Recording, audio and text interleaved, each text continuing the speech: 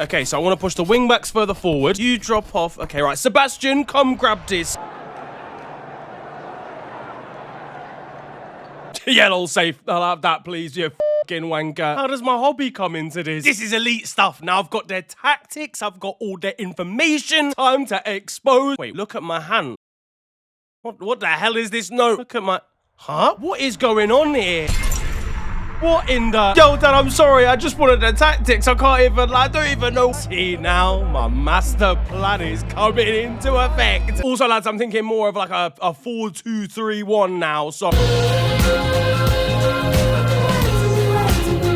Yo guys, it is your boy Near in here, and you are watching FTW. This, of course, the series where I bring to you the best and more frequently the worst of what football has to offer during the last 7 days. What's been kicking off in the world this week? Well, just like Jack Grealish's bathroom, and we find lots of snow. Jamaica decided to recreate the plot of Cool Runnings this week by winning bobsleigh gold in the North American Games. They were first in this sport, known as launching yourself down an icy death trap, and they were lucky, I'm not gonna lie to you, that there was no breathalyzer test, as they were probably on the run punches before they even went down. This is a truly incredible achievement, by the way. It doesn't take a genius to know there's not much ice in Jamaica. Former Jamaican football manager Steve McLaren jumped onto Zoom to congratulate the team. Big up the whole island, massive, it's that boy. Meanwhile, Raheem Sterling, look, the current sport you're playing isn't going that well right now, so maybe it's time. On to the football though now, and this shop almost went into administration with how bad Liverpool's results have been recently. I'm looking at the table thinking I, as a fan, I'm gonna get a points deduction. Our position is currently getting blocked by whether you want to add additional cookies or not. They're a Christmas-related snack, I suppose. It's getting to the stage where if there's a Liverpool gift in my presents, I'm hoping the next present is the receipt. Are you mad, fam? I don't even want a Frimpong shirt. But crucially next for Liverpool were fellow damagers of mental health West Ham, run by sex corpse David Sullivan. No, genuinely, he organises orgies in his spare time. So he's an expert on fucking lots of people. Unfortunately for West Ham fans, that's them. And the Hammers allowed us to do the unthinkable. Win. Absolutely incredible! I'm so happy, believe it. Yeah, listen, croquet players, put that up your arse and smoke it. Oh, how demonstrously disgusting. Not only did we witness a win, we witnessed a true early Christmas miracle as Alexander Isak got himself on the score sheet. Isak, don't worry about the trim joke from last week. You can shave your head now, bro. And stop smoking weed, please. I've seen your performances up to this point. His goal alongside Cody Gakpo has helped the Reds to a 2-0 victory here, and the Swede strike came just moments after West Ham fans were giving it large to Joe Gomez whilst taking a throw-in, before this throw led directly to our first goal of the game, and Joe went back and celebrated right in front of them. Now, I was actually at the game for this one, infiltrating enemy lines with dastardly devastating trim gems. Someone's told me in my ear, right now we're gonna score.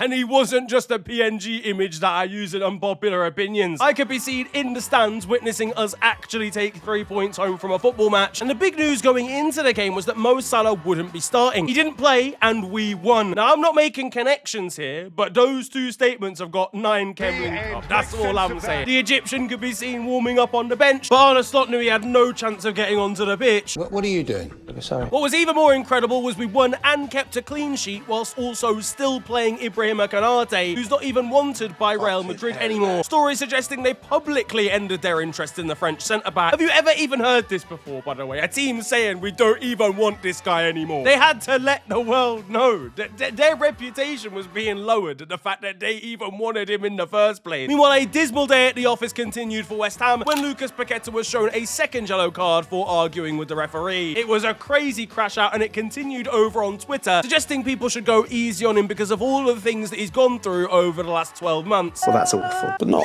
Well, it's not relevant, is it? Listen, he wanted a red card because he'd stuck a tenner on it. Let's be 100% honest. Paqueta, you've only just beaten the betting allegations. You better get ready for some more. He could be seen beaming as he walked out of Ladbrokes. So, a win in the bag. Not that one, Jack, please. I'm begging you. We had confidence in our minds as we headed back up north and away from rent prices that make you want to kill yourself. Isak was on the score sheet, and it was a chance for us to build momentum, which is of course why we then went and drew 1-1 with Sunderland. Oh, jeezy pips, man. I'm sorry, croquet fans. I didn't mean it. Please welcome me back with open arms. Oh, how preposterously predictable. You know what, lads? It's always good to see the underdog get a result here. Well done, Arne Slot's Liverpool. Genuinely. Yeah, not gonna lie, lads. I was in a state of depression as we went 1-0 down in this game. Because I'm not gonna lie, I've seen this script before. About 17 times this season. It was a poor performance here again. I'm not gonna lie to you. And our Spotify rap for this season is looking like an absolute absolute disaster. But one man who needs to have a word with himself after this match is VVL Drizzy at the back. These were the scenes as the ball bounced off his batty and into the back of the net. Virgil van Dijk had a full-on stinker in this game, giving the ball back to Sunderland for their opening goal before backing off like a three-legged cat in an alleyway. I want to know what his training regime is, you know, at this stage, because I'm getting a little bit fed up of the twerking now. It's not time for Notting Hill Carnival, broski. It's December. But in fairness, at least Arne Slot will be enjoying the music watching on. Van Dijk's Spotify Wrapped has Megan Thee Stallion and Sexy Red on it. That's all I know. With him and Penate, bro, I would genuinely get Leone on the pitch. He's got one ACL to speak of, but we need to make it happen. Talby was the goal scorer for Sunderland, right? He celebrated by pretending to sleep, because that's what Liverpool's defenders have been doing all campaign. Down on the bench, meanwhile, and Salah was in a balla on the bench of the balaclava, bro's ghosting whilst being a substitute as well. Meanwhile, Alexander Isak was struggling with the concept of using his noggin during this one. He's still adapting to the league, guys, genuinely. It's gonna be okay. Once he's up to speed with UK weather systems, it's actually over for the league, I promise. Hugo Ekitike had enough of the Swede when he tried bringing up the West Ham goal to patch up his awful display here. You fucking still going on about that? But at least one of Liverpool's big money moves was there to save the day, except it was actually an own goal off Nordi Mukiele, and the original strike was probably going to go out for a throw-in. And bless him, he found out it wasn't going to be actually his goal in the interview at full time. But I'm looking at you, Curtis, because you thought you had the assist. No, it's more for Flo's goal. And Flo, it was an own goal. It doesn't matter today. We draw. We wanted to win, so. You actually feel a little bit sorry for him. At least he can take some element of joy, seeing he got the assist on FPL. Even here with something. I'm from around the way. I'm leaving with something. Slot ball, though, now is sloth ball. Guys, we're so slow. And when we're not deciding to be slow, we're smacking the ball from 37 yards. He had 23 shots in this game that accumulated to an XG of 1.37. And it could have been even worse. As in the dying embers, Sunderland goalkeeper Robin Rofe picked up the ball and launched it long. Wilson Asidio to be one-on-one. He went around the goalkeeper only to be denied by a Federico Chiesa goal line clearance to save us a point here. Give him the keys to the city right now. If we had 11 Chiesas, we'd win the whole league. The Italian was looking around, realising he was the only person in his own half, and Ibrahima Penate was in the opponent's 6-yard box. Meanwhile, Arne Slot could be seen laughing with Sunderland players at full time. What are you laughing at? You fuck, what's he laughing at? Lads, this is not a laughing matter. We've got 0 wins in our last 3 at Anfield. But in fairness, look, I've done croquet this week, and I've, presented this segment as if Liverpool should have gone out and absolutely battered Sunderland. They've been really good this season. Very well documented. They've clearly bought well. They spent a lot of money, but they bought, very good players and are fully deservedly having a great start to the season. So good, in fact, that they are the best promoted team at this stage of a season since Wigan back in 05-06. Can they keep it going? We'll have to wait and see. Elsewhere in London were 2 teams that are actually good. 2 teams rivaling one of those teams in action at Anfield, as in Sunderland. Arsenal and Chelsea will be doing battle at Stamford Bridge here, going into the game top 2 in the league. First in the title race versus first in the title races. It's a Chelsea thing. A win here for the Gunners would put them clear and develop some serious space between themselves and everybody else in this potential title race. So Chelsea needed to go in hard. What I want to do is do you some serious damage. Okay, maybe not that sort of hard, Moises. That's not... Yeah, Moises Caicedo had decided he didn't want to be a part of this anymore and had got himself out of here, uninstalling Mikel Merino's ankle in the first half and getting an early bath. Their squad don't know how to act when it's been like over 27 minutes since some violent conduct. Arsenal do the No More Red campaign usually about January. Chelsea's is very different at this stage. Moises Caicedo tried to be clever, though, in this situation, after demonstrating this stamp, also going down and feigning injury to try and avoid getting himself a red card. Anthony Taylor wasn't buying it for me, and he was given his marching orders and the Oscar for the best supporting actor of 2025. But against all odds, Chelsea actually stayed in this, taking the lead into the second 45 minutes as well, even scoring a set piece against Arsenal. He copied my whole fucking flow! What you don't realise, though, about Chelsea is they've had so many red cards this season. They're used to playing with 10 men. This is their domain. This is their jurisdiction. But the lead wouldn't last long with Mikel Merino bringing Arsenal back level. Pedro Neto could be seen creasing at Piero Hincapié. Meanwhile, there was more tension as Noni Madueke was substituted on, getting a pretty negative reaction from Chelsea supporters, stoked up in part by Cole Palmer whilst warming up. He was seen plotting on ways to make the worst possible atmosphere for his former teammate. People were suggesting that this was really, really deep.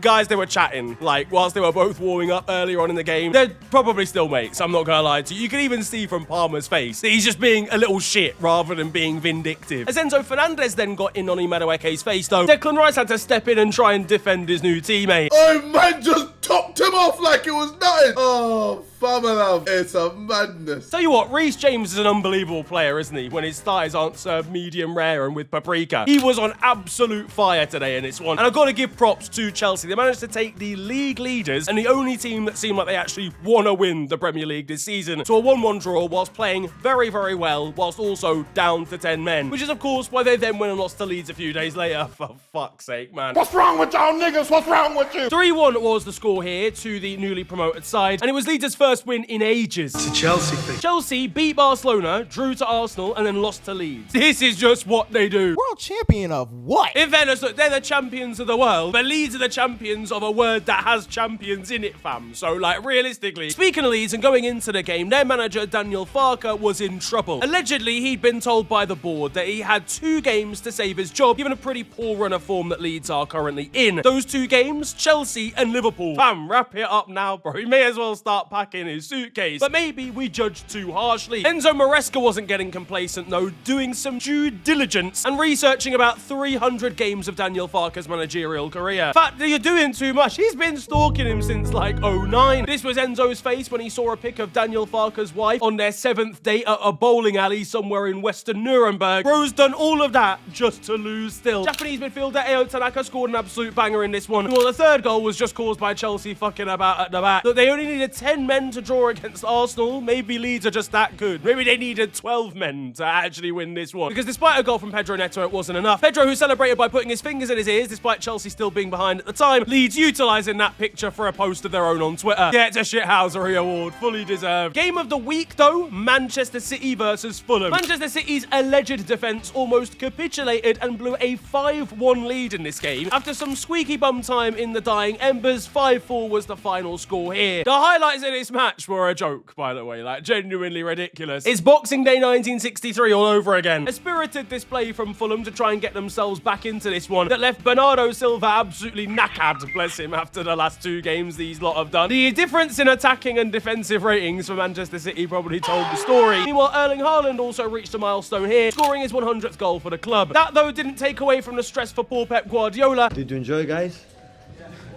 Me? Did you enjoy? My God, I lose my hair.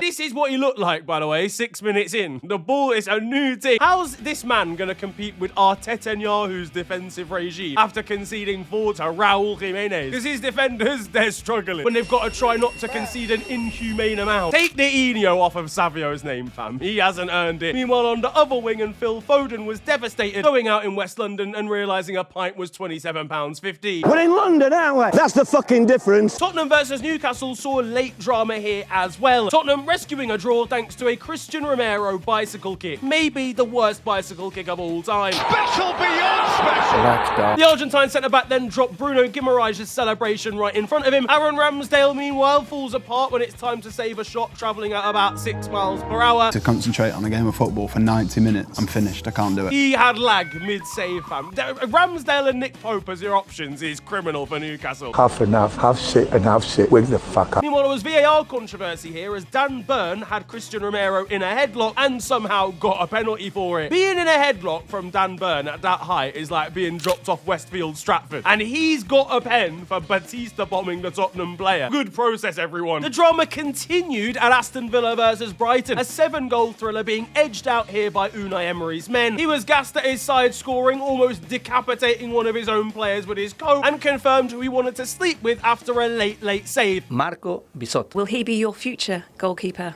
Marco. Villa went from not scoring in what, like the first 4 games to now being 6 wins in a row and up in the top 4. Great turnaround. As for Manchester United, and they actually won. Not on the pitch, they're just selling Manuel Ugarte. That's a net positive for everybody there. Their fans are reacting to this window cleaner finally departing out of the club, but he's having one more impact at Old Trafford, coming on and getting substituted against West Ham, only for West Ham to score immediately after he came on. We've got to have some serious debates about Ruben Amorim again. This man is scared, bro. He's bringing on a centre-back chasing a game, chasing a win in the 90th minute. Poor Kobbie Mainoo's got PTSD from Ruben Amorim's rondos, and when asked whether he was going to play some football soon, Ruben just started creasing. I understand you've not got a robot, just Kobbie Mainoo.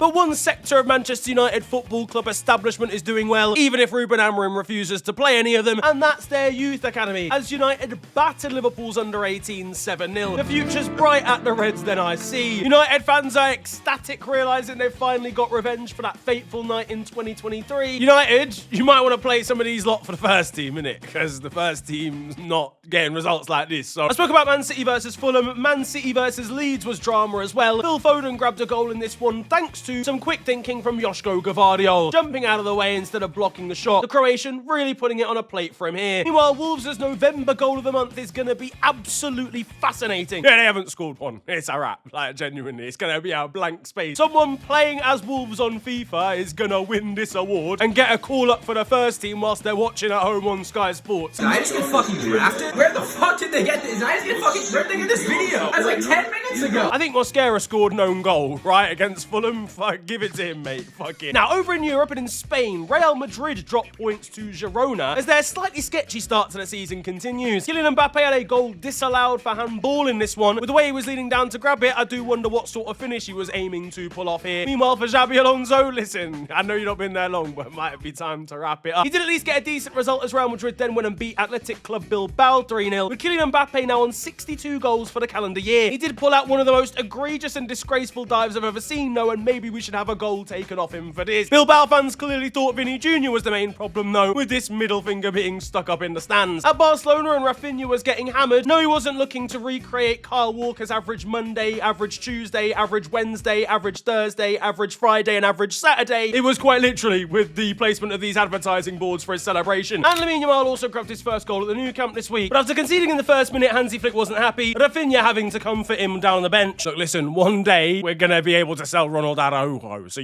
please don't get depressed now. No, but I am. I want to kill myself. At Atletico Madrid, and they've got some unique training methods. They've decided that they're gonna go to training sessions and play barefoot. Is that Paul Scholes getting a flight to Spain? We had one of the most remarkable finishes that I've seen in a long time, coming from Niko Williams this week, pulling out a Trivela reverse curve, mad ting, sad ting, scoop, finesse chip. I don't understand the direction of this ball. Like, he set this chip outside the post, he's Trivella'd it, and it's curved inwards, fam. I don't have any sort of physics or scientific degrees here, but I know that we're breaking laws of physics somehow there. And also, sooner in their goalkeeper was being nice and wholesome. Sergio Herrera collecting shirts from the rest of his teammates to give to supporters, but that wholesomeness wasn't really translating in a Copa del Rey clash between Mallorca and Numancia, as the referee genuinely tried to get himself in a scrap here. You know, when the other players are pushing the referee away, it's crazy. In Italy, and there was drama between AC Milan and Lazio, this in the league rather than their cup game, Milan were victorious, even despite Massimiliano Allegri getting sent off and Fikayo Tomori looking absolutely baffled in the background. It was a late handball decision in this one that Lazio weren't happy with, and it's left Maurizio Sarri smoking 17 packs a day for stress, so one more than his usual. Milan midfielder Yusuf Fofana was pulling out all the stops, dribbling from deep inside his own half. The 26-year-old breezing past players Yaya Toure-esque. All he's got to do is apply the finish, except he forgot to take his Timberlands off before the game started. At Napoli, and David Neres was pulling off this celebration with Rasmus Højlund. I don't know what's going on. Maybe it can be explained by the fact that he looked completely off his nut high during this interview. You're back. I never left. David, I'm going to need you to get out there on the grass, and no, not that kind of grass, man. Come on, that's not what I meant. A special shout out to Niko Paz of Como, a man that's going to be playing for Real Madrid again pretty soon because they have a buyback clause on him. But no player has more goals in Serie A than him, or more assists. Like, he's absolutely killing it at the moment. Speaking of youngsters in Italy, and one youngster playing for Inter's under-20s brought out Christopher Nkunku's balloon celebration. Brother, it's the under-20s, man. Just punch the air. In France, and ironically, Paris Saint-Germain were getting Eiffel Towered. They've had a difficult start to the season, and that continued with a 1-0 defeat against Monaco. Paul Pogba came on and was reunited with Ousmane Dembele. Meanwhile, it was Takumi Minamino who scored the all-important goal, bringing back to Liverpool, I beg. Like, that's how bad it's getting now. PSG may well be in a little bit of trouble in Ligue 1 right now. They're not having it all their own way, and I think the Club World Cup is still having a pretty heavy impact on the squad. It's now Lens who are top of Ligue 1. Crazy stuff, but the way French football's going this season, just like Netflix this week, I've seen stranger things. At Metz, and Kofi Kouao was named on the bench for them. He's one of their better players, and he took it pretty personally, refusing to warm up before kickoff. Yeah, he's just sat on the ball, fam, refusing. Bro said, if you're not going to start me, I'm not going to try. Paris FC are seemingly not big fans of the female anatomy, according to the Ligue 1 table anyway. One of the teams there, Nice, are involved in a ridiculous story from this week. That was involving their ultras, who waited for their players. They've been in shocking form recently. The Ineos-owned club, their ultras waited for players and board directors and the coaching staff to arrive off the bus and then attacked them. Two players, including former Chelsea man Jeremy Boga, were badly beaten and racially abused, with a director being attacked too. Doesn't seem very nice to me. I mean, I don't know why they named the club that. Genuinely, fam, what are we doing? I've never understood. Ultra culture is calm, yeah, to a degree, but like, if your life revolves around football to the extent that going into a bad run of games makes you feel the need to go and beat up your own players, you need to be put on a register for like the rest of your life. Meanwhile, in Germany, and Borussia Dortmund's fans brought a tifo to their most recent match about stadium safety. It read as a full letter. Fam, they brought a whole HMRC document with them. It'll be the end of the first half by the time anyone's read that. You're gonna have Dortmund players distracted, attempting to read it and conceding instead. Now, though, it's time for your goals of the week. We got a couple of screamers for you. First of all, we start in Japan. Katana Toyama are in serious trouble. They're in a relegation scrap on the final day, and it's going right down to the wire. They need just one goal to dodge relegation, and we're heading into injury time. Step forward 18-year-old Ayumu Kameda, who made a name for himself on the Japanese university stage last season. In his first campaign, he managed to save Katana Toyama, and he did it all on his own with this sensational solo run, like genuinely crazy bits of skill, and then finished it off to become a immediate hero of the club's history. But a second goal could well be a Puskás contender. We head down to the Croatian second division and take about Ivan Saranic. The ball has been floated towards him, and he has reverse back heel volleyed it over the goalkeeper. That is absolutely mental. Hello all, and welcome to The Beautiful Game, the segment where we take a look at the poetic and brilliant side of the game that we love. We are back by popular demand for yet more glorious beauty. الأحمر البحريني والمنتخب العراقي بالأبيض. إيه ده غريبة قوي، عليت قوي ليه كده بالشكل ده؟ ده ولا. Yeah, we gotta stop these stupid kickoff routines. And that concludes The Beautiful Game. Now in Brazil, and Neymar, after tweeting simply this picture of Kobe Bryant, has gone on a tear. He is absolutely killing it despite being injured at the moment. He's got a meniscus injury. Doctors have told him not to play. He needs surgery at the end of the season, but he still managed to score a hat-trick and drag Santos out of the relegation zone. Playing whilst injured, this is crazy. It's not his sister's birthday, so the show must go on. The injury he's going to have soon is an injury to his back from carrying these lot. Defenders have been struggling to deal with the Brazilian winger in recent weeks. This man can score a hat-trick whilst injured, and Rodrigo can't score one goal in 30. Speaking of Brazil, and Flamengo were victorious over Palmeiras in the Copa Libertadores final. It saw Felipe Luis win yet another trophy as Flamengo manager. That's 4 major ones now. He only retired from playing ball in 2023, for fuck's sake. This photo of a pilot flying over the stadium was great. I do need him to lock in though and fly the plane instead of taking pictures. Meanwhile, one kid from Peru was making all the headlines. Oliver Juan Sanchez here is a 15-year-old who travelled 8 hours just to commentate on the game. He's an aspiring commentator but didn't have any accreditation, so he wasn't obviously able to commentate in the ground. Instead, he went to a nearby hill overlooking the stadium and just did a live stream there. It did crazy numbers, and he was invited to a Peruvian league match between Cristal and Alianza, and he was given free shirts by both clubs, as well as being allowed to commentate the first few minutes of the second half. Lovely, beautiful story for him. In Turkey, the usual chaos, as Emmanuel Boateng managed to score for Gaziantep whilst there was a physical fist fight going on in the penalty area. Shout out the referee for giving advantage, man. Fuck it. Bro, if these don't want to scrap, let the game play on in the background. Galatasaray's Victor Osimhen couldn't believe what the referee was doing. I knew I'd seen this piece of art before. It was a lovely touch from Edison, who was trying to get the attention of a deaf mascot. He was told by his teammate Milan Skriniar that she wouldn't be able to hear him, so instead diverted into sign language, and should have been happy as well because Fenerbahce grabbed a last-minute equaliser in this one courtesy of John Duran, whose celebration was to fight with oxygen around him. There was no such late goal for Troy Parrott, the Irish hero turning to 0 for AZ Alkmaar this week, with a Panenka miss clipping it over the crossbar. Dominik Szoboszlai could be seen liking a post about it after the Hungarian was knocked out by Troy Parrott's goal late in World Cup qualifying. I love you, Dominic, yeah, but you're watching the World Cup on Netflix, fam, in fairness. His man of the match is a dodgy fire stick. Shout out to Viking, who won the Norwegian top flight for the first time in 34 years. The scenes and celebrations were, as you would expect, sensational. Bodo Glimt fans earlier on in the season, after defeating Viking,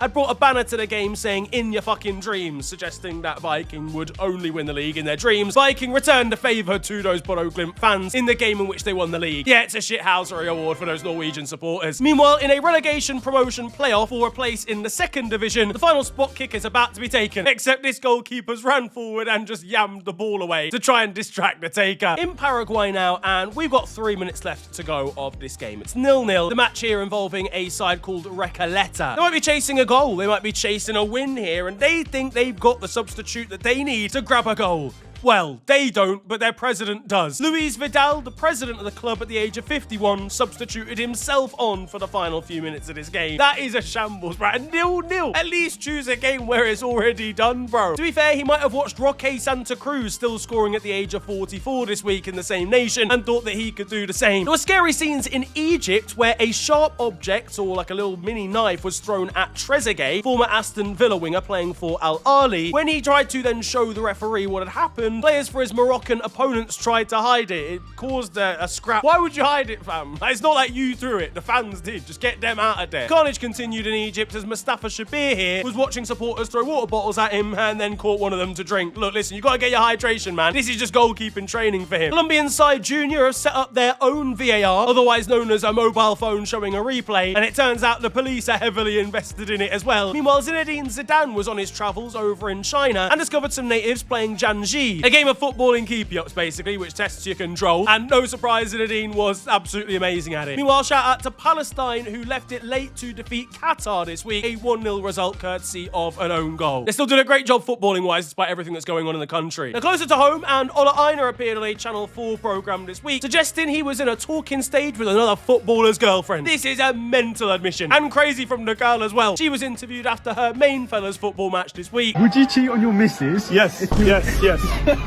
Yes. If you were getting 500k from Saudi. Give me £50 in coins. I'll do it now. Now, Ola came out and said that this was basically just for the cameras. It was a made-up story. And to be honest, I kind of thought that when I first watched it. Like, why would you ever admit to that? But also, bro, I love Ola Aina. I think he's hilarious. But probably just wasn't the best idea. Just come up with a different story that's not going to get you in trouble. Well, concerning scenes as Laura Woods collapsed live on air during a Lionesses match. Ian Wright thinking on his feet to catch her. Thankfully, she's making a speedy recovery after feeling faint on air. Meanwhile, down at Bury, they've got a unique way of looking for a new manager. Yeah, they just slapped the advert out on Twitter, fam. If you're a tactico, get yourself involved, bro. There won't be much football happening, though, at Walney Island. Their pitch is a little bit flooded. I don't think we're playing on in these situations. In the Netherlands, Excelsior supporter Dylan Metzeler, well, he was excelling this week in the form of his jogging. He ran 72 kilometers to Amsterdam to watch his Excelsior side claim victory against Ajax. Elsewhere in the Netherlands, though, and for Ajax fan Peter, he was recently and tragically diagnosed with a terminal illness, and one of his final wishes was that he'd be able to go and watch his beloved Ajax play live. He was there when Ajax faced off against Groningen, but unfortunately the game was abandoned because of fireworks being let off by supporters. Now, this could have been a devastating turn of events if he wasn't even able to see his team, but thankfully for him, despite the game being replayed behind closed doors, he was allowed to go and watch it. If they hadn't, I'd have taken matters into my own hands, Peter. I'm just going to let you know that I would have found Ajax and I would have slapped all of their board members. I hope you had the best time possible, though. It was carnage in Africa, where Rivers of Nigeria faced off against RS Berkane of Burkina Faso. The latter were leading going into the final 2 minutes, only to concede an equaliser, then give the ball back to their goalkeeper straight from kickoff, have him have his clearance blocked, and concede immediately via the post in a ridiculous turn of events. But that's not quite as chaotic as playing football 1,800 metres in the air, as these two fans, and I'm assuming daredevils and extreme athletes, did this week. Yo, I want to do this, but I'm losing the ball after like 25 seconds.